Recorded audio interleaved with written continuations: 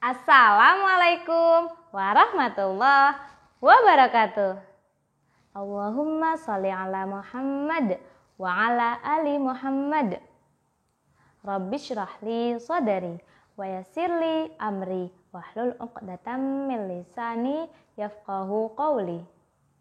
Ya Allah, lapangkanlah dadaku, mudahkanlah urusanku, dan hilangkanlah kekakuan pada lidahku, agar mereka mengerti perkataanku. Amin.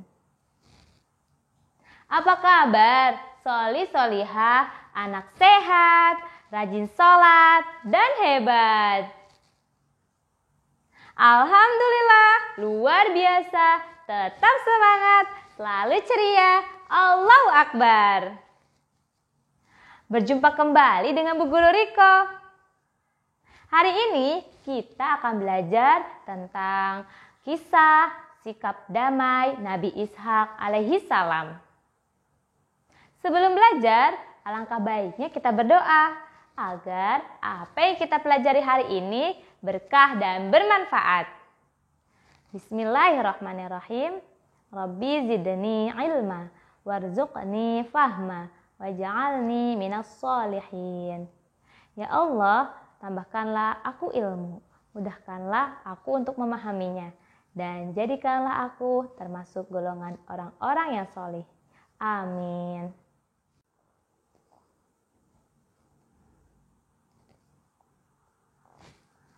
Hai solih-solihah, sudah tahu kisah Nabi Ishak alaihi salam? Apa? Baik, akan Bu Guru beritahu kisahnya ya. Mari simak dengan baik.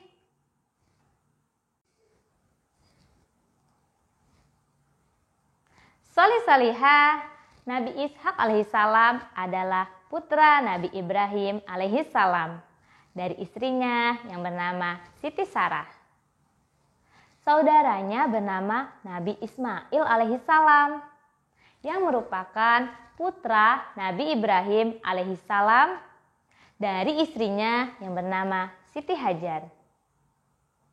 Nabi Ishak alaihissalam dilahirkan di kota Palestina. Melalui Ishak inilah lahir bangsa Israel.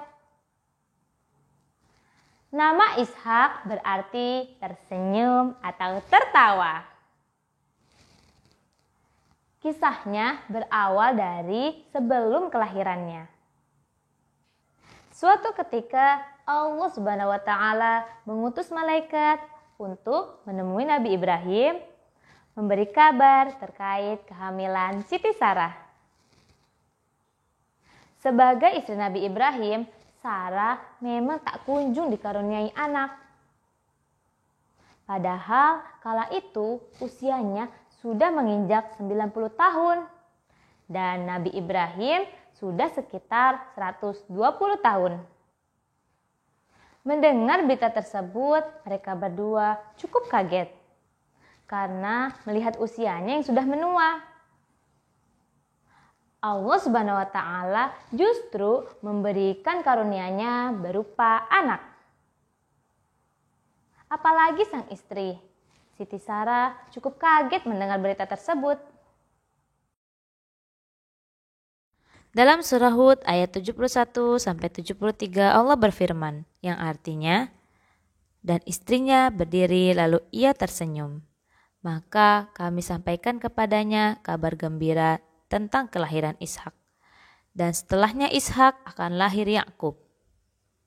Dia istrinya berkata, sungguh ajaib, mungkinkah aku akan melahirkan anak padahal aku sudah tua dan suamiku ini sudah sangat tua? Ini benar-benar sesuatu yang ajaib.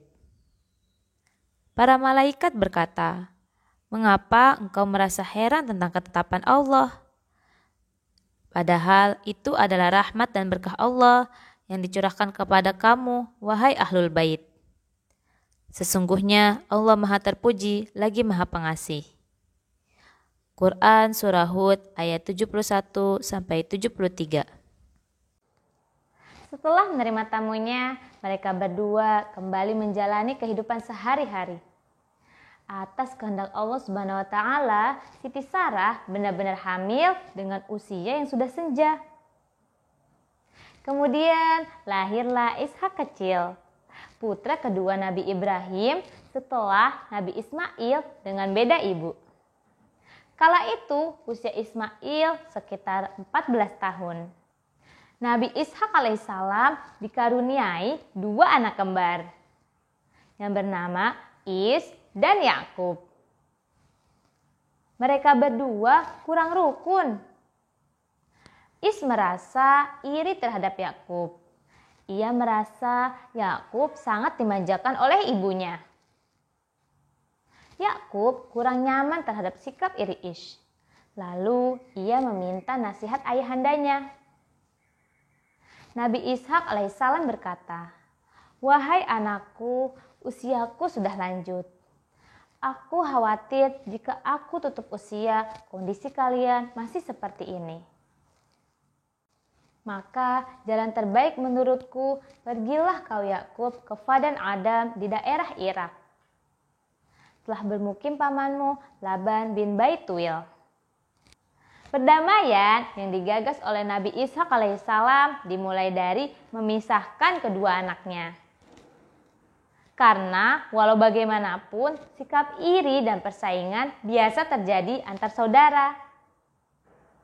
Kisah Nabi Ishak alaihissalam meminta Yakub agar hidup bersama saudaranya di Irak adalah suatu langkah untuk mendamaikan. Karena Nabi Ishak alaihissalam sangat sayang terhadap umatnya, keluarga, dan anaknya. Nah teman-teman, bagaimana kisah Nabi Ishak alaihissalam? Seru bukan? Solih-solihah, adapun hikmah yang bisa kita ambil dari kisah Nabi Ishak alaihissalam adalah yang pertama, bahwa Allah Subhanahu wa taala Maha menguasai segala sesuatu. Tidak ada yang mustahil baginya. Jika Allah berkehendak, pasti terjadi. Yang kedua, jika terjadi perselisihan, maka kita harus selesaikan dengan cara damai, santun, dan bijaksana. Karena kita harus bersyukur dengan kedamaian. Sebagai seorang muslim, kita harus memiliki sikap diantaranya yaitu 1. Selalu hidup rukun dan damai. Kedua, tidak boleh curang terhadap teman. Yang ketiga, selalu bersyukur atas keselamatan yang diberikan oleh Allah Subhanahu wa taala. Yang keempat, kita harus hidup rukun sesama anggota keluarga dan teman. Karena dalam surah Al-Hujurat ayat 10, Allah berfirman, A'udzubillahi minasyaitonirrajim, Bismillahirrahmanirrahim. Innamal mu'minuna ikhwatum fa'aslihu baina akhawaikum wattaqullaha la'allakum turhamun. Yang artinya, sesungguhnya orang-orang mukmin itu adalah saudara. Maka damaikanlah antara kedua saudaramu yang berselisih. Dan bertakwalah kepada Allah agar kamu mendapat rahmat. Masya Allah, Alhamdulillah pembelajaran kita hari ini selesai. Semoga teman-teman semua dapat mengambil hikmah dari kisah Nabi Ishak alaihissalam. Mari kita akhiri pembelajaran dengan membaca hamdalah.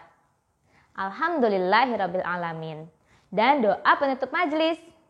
Subhanakallahumma wabihamdik. Asyhadu alla ilaha illa anta astaghfiruka wa atubu ilaik. Terima kasih salih-salihah. Wassalamualaikum warahmatullahi wabarakatuh.